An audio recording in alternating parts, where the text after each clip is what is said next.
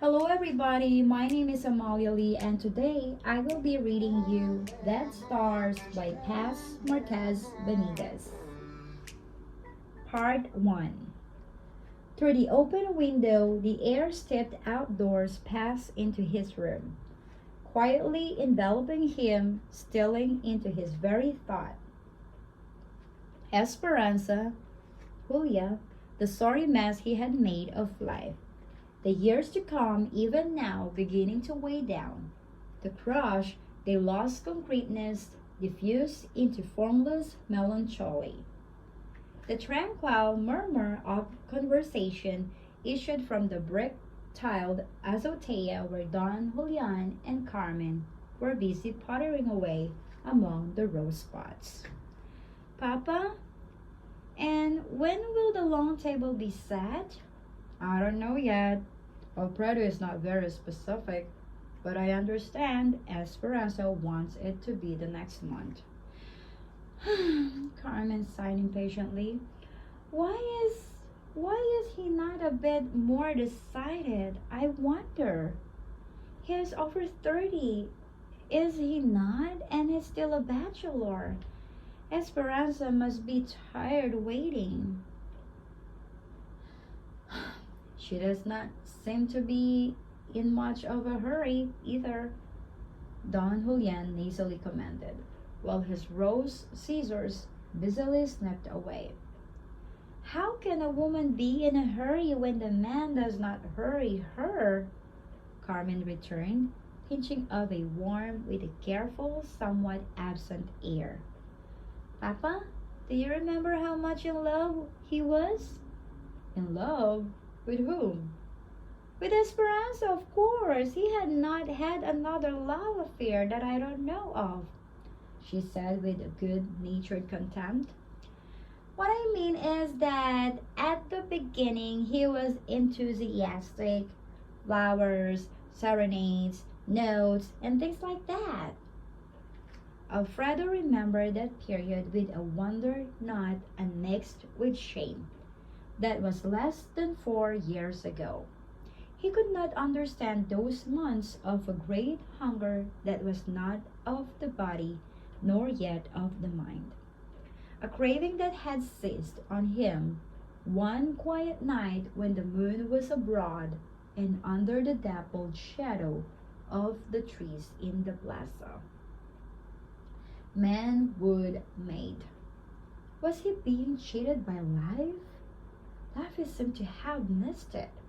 Or was the love that others told about a mere fabrication of perverted imagination, an exaggeration of the commonplace, or a glorification of insipid monotonies such a made of his love life?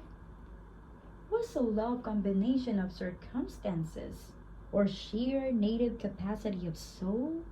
In those days, love was, for him, still the eternal puzzle. For love, as he knew it, was a stranger to love as he divined it might be. Sitting quietly in his room now, he could almost revive the restlessness of those days. The feeling of tumultuous haste, such as he knew as well in his boyhood, when something beautiful was going on somewhere and he was trying to get there in time to see. Hurry, hurry, or you will miss it. Someone had seemed to urge in his ears. So he had avidly seized on the shadow of love and deluded himself for a long while in the way of humanity from time immemorial. In the meantime, he became very much engaged through Esperanza. Why would men so mismanage their lives? Greed, he thought. What was ruined so many? Greed, the desire to crowd into a moment that all enjoyment it will hold, to squeeze from the hour of the emotion it will yield. Men commit themselves when but have meaning to do so, sacrificing possible future fullness of ecstasy to the craving for immediate excitement. Greed, mortgaging, the future forcing the hand of time or of fate. What do you think happened? Asked Carmen, pursuing her thought. I suppose long engaged people are like that. Warm now, cool tomorrow. I think they are oftener cool than warm. The very fact that an engagement has been allowed to prolong itself argues a certain placidity of temperament or of affection on the part of either or both. Don Julian loved to philosophize. He was talking now with an evident relish in words. His resonant, very nasal voice toned down to monologue pitch. That phrase you were speaking of is natural enough for a beginning. Besides that, as I say it, was Alfredo's last race with escaping youth? Carmen laughed aloud at the thought of her brother's perfect physical response, almost indolence disturbed in the role suggested by her father. Figurative languages. At last, spurred of hot blood, finished the old man. Few certainly would credit Alfredo Salazar with hot blood, even his friends. Had amusedly diagnosed his blood as cool and thin, citing incontrovertible evidence. Tall and slender, he moved with an indolent ease that verged on grace, under straight, recalcitrant hair, a thin face with a satisfying breadth of forehead, slow, dreamer's eyes, and astonishing freshness of lips.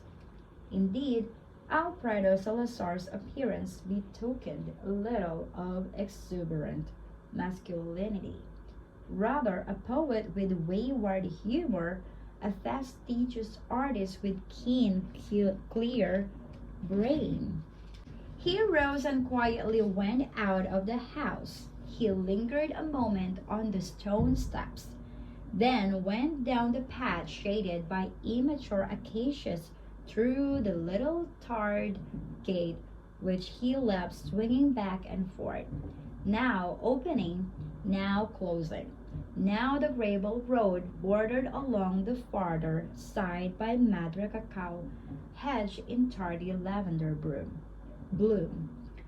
The gravel road narrowed as it slanted up to the house on the hill, whose wide open porches the could glimpse through the hid shriveled tamarinds in the Martinez yard. 6 weeks ago that house meant nothing to him, save that it was the Martinez house, rented and occupied by Judge Del Valle and his family. 6 weeks ago, Julia Salas meant nothing to him. He did not even know her name, but now, one evening he had gone neighboring with Don Julian, a rare enough occurrence, since he made it a point to avoid all appearance of currying favor with the judge. This particular evening, however, he had allowed himself to be persuaded. A little mental relaxation now and then is beneficial. The old man had said, besides a judge's goodwill, you know, the rest of the thought is word arising young lawyer's trouble. Don Julian conveyed through a shrug and a smile that derided his own worldly wisdom. A young woman had met them at the door. It was evident from the excitement of the judge's children that she was a recent and very welcome arrival. In the characteristic Filipino way, formal introductions had been omitted, the judge limiting himself to a casual, ah yes, I connaissance, with the consequence that Alfredo called her Miss Del Valles throughout the evening. He was puzzled that she should smile with evident delight every time he addressed her thus. Later, Don Julian informed him that she was not the judge's sister, as he had supposed, but his sister in law, and that her name was Julia Salas, a very dignified, rather austere name, he thought. Still, the young lady should have corrected him. As it was, he was greatly embarrassed and felt that he should explain. To his apology, she replied, "That is nothing. Each time I was about to correct you, but I remembered a similar experience I had once before." "Oh," he drawled out, vastly relieved. "A man named Manala, I kept calling him Manalo. After the 10th time or so, the young man rose from his seat and said suddenly, 'Pardon me, but my name is Manalang, Manalang. You know, I never forgave him.' He laughed with her. "The best thing to do under the circumstances, I have found out," she pursued, "is to pretend not to hear and to let the other person find out his mistake without help. As you did this time. Still, you look amused every time I was thinking of Mr. Manalang." Don Julian and his uncommunicative friend, the judge, were absorbed in a game of chess.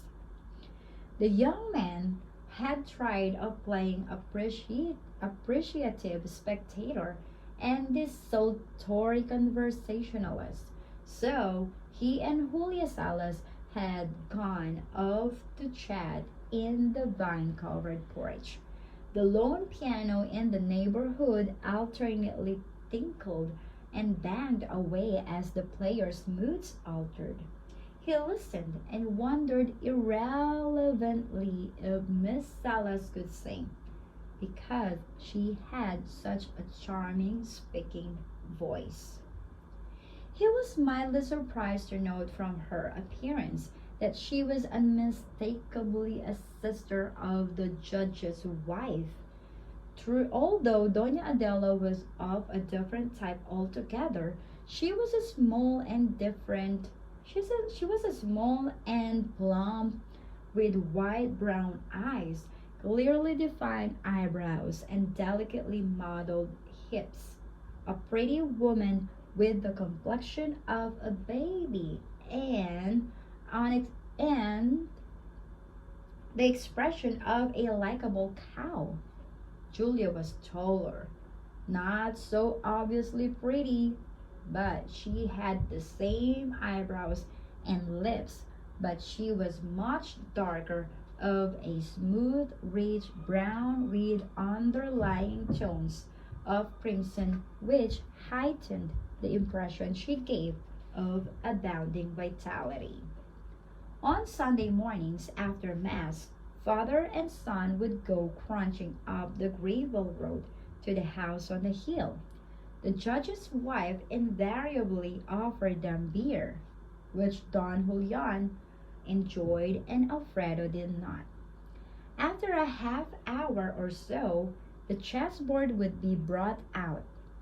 Then Alfredo and Julia Salas would go out to the porch to chat.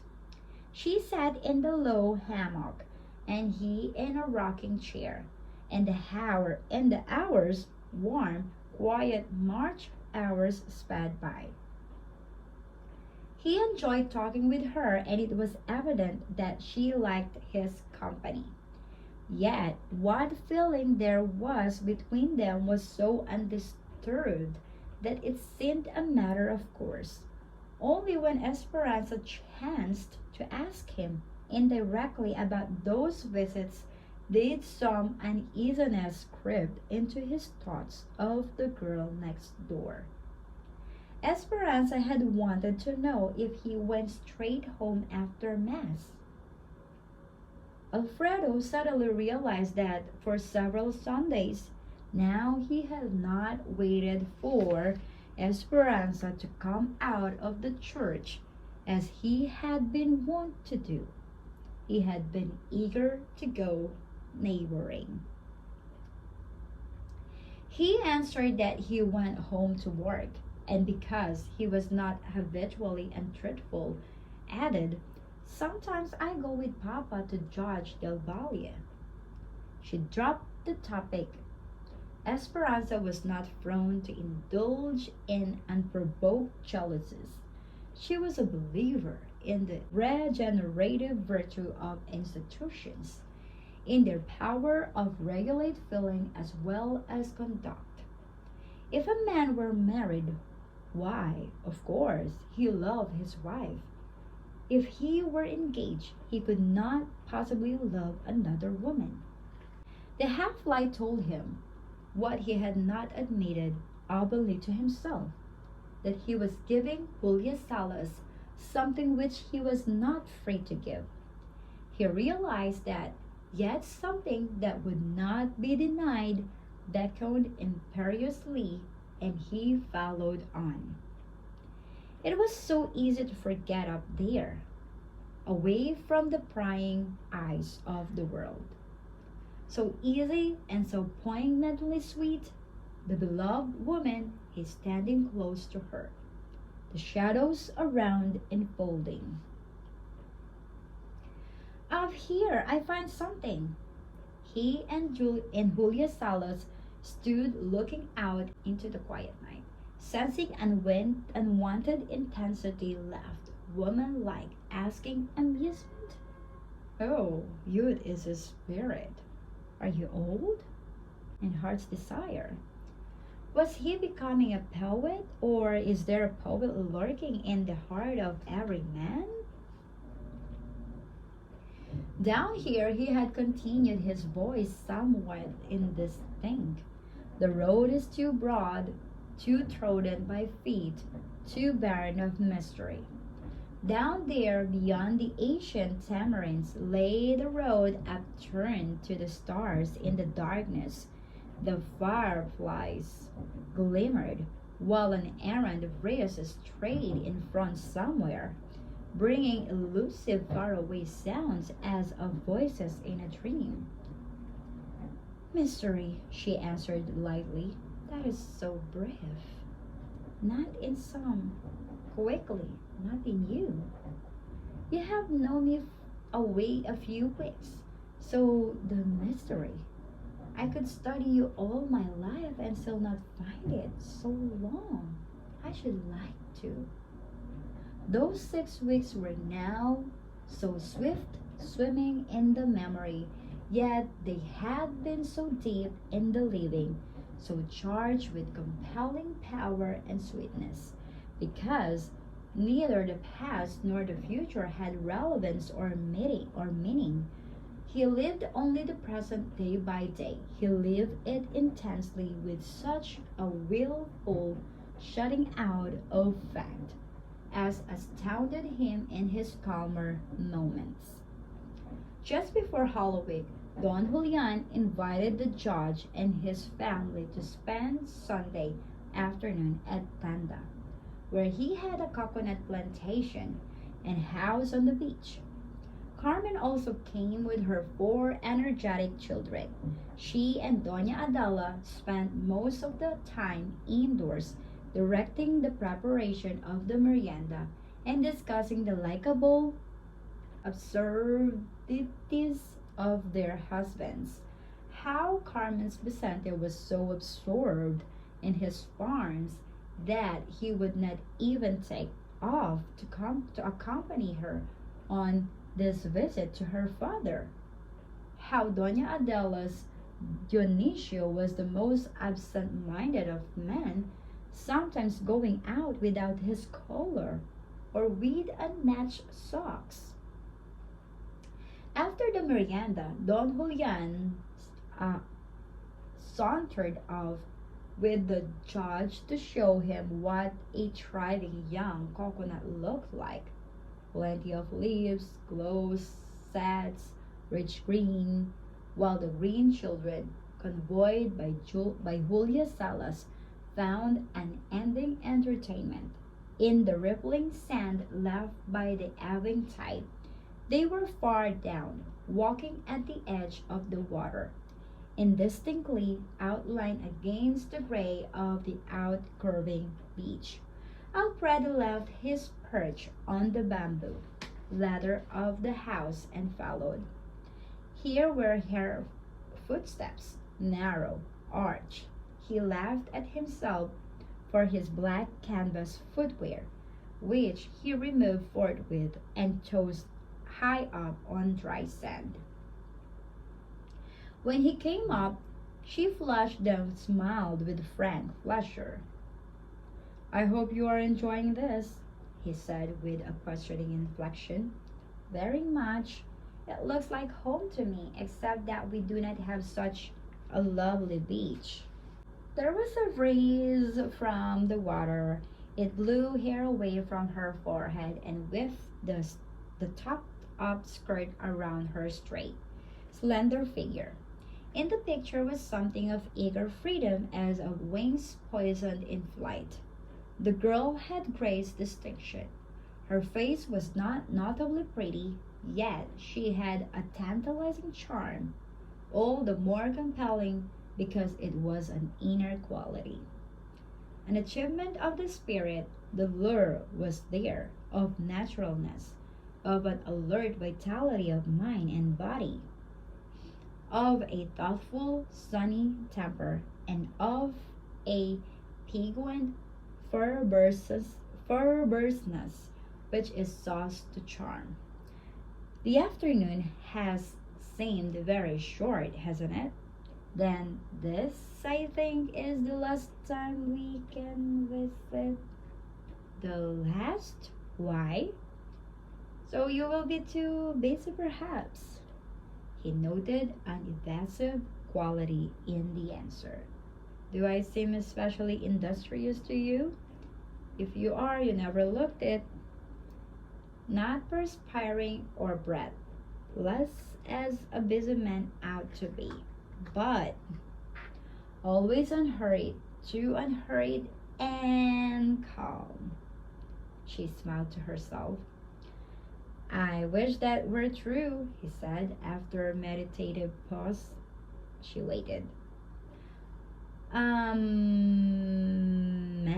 is happier if he is, as you say, calm and placid. Like a carabao in a mud pool, she retorted perversely. Who, I? Oh no! You said I am calm and placid. That is what I think. I used to think so too. Shows how little we know ourselves. It was strange to him that he could be wooing us with tone and look and coward praise. I should like to see your hometown. There is nothing to see like brooks, streets, bonnets, roofs with ferns growing on them, and sometimes squashes. That was the background. It made her seem less detached, less unrelated, yet withal more distant, as if that background claimed her and excluded him. Nothing there is you? Oh, me. But I am here. I will not go, of course, until you are there. Will you come? You will find it dull. There isn't even one American there. Well, Americans are rather essential to my entertainment, she laughed. We live on Calulus, a little street with trees. Could I find that? If you don't ask for Mrs. Del Valle, she smiled teasingly, I'll inquire about. What? The house of the prettiest girl in town. There is where you will lose your way. Then she turned seriously. Now that is not quite sincere. It is, he averred slowly, but emphatically. I thought you, at least you would not say such things. Pretty, pretty a foolish word, but there is none other more handy. I did not mean that quite. Are you withdrawing the compliment? Reinforcing it. Maybe something is pretty when it pleases the eye. It is more than that when it, if it saddens. She interrupted hastily. Exactly. It must be ugly. Always? Toward the west of the sunlight lay on the dimming waters in a broad glinting streamer of crimsoned gold. No, of course you are right. Why did you say this the last time? He asked quietly as they turned back. I'm going home. The end of an impossible dream. When? After a long silence. Tomorrow, I received a letter from father and mother yesterday. They want me to spend Holy Week at home. She seemed to be waiting for him to speak. That is why I said this is the last time. Can't I come to say goodbye? Oh, you don't need to. No, but I want to. There is no time. The golden streamer was withdrawing, shortening until it looked no more than a pool, far away at the rim of the world. Stillness, a vibrant quiet that affects the senses as does sullen harmony, a peace that is not contentment, but a cessation of tumult. Then, when all violence of feeling tones down to the wistful serenity of regrets, she turned and looked into his face in her dark eyes, a ghost of sunset, sadness. Home seems so far from here. This is almost like another life. I know this is elsewhere, and yet strange enough, I can't get rid of the old things. Old things? Oh, old things. Mistakes, encumbrances, old baggage. He said it lightly, unwilling to mar the hour. He walked close, his hand sometimes touching hers for one thrilling second. Don Julian's nasal summons came to them on the wind. Alfredo's gripped the soft hand so near his own. At his touch, the girl turned her face away, but he heard her voice say very low, "Goodbye."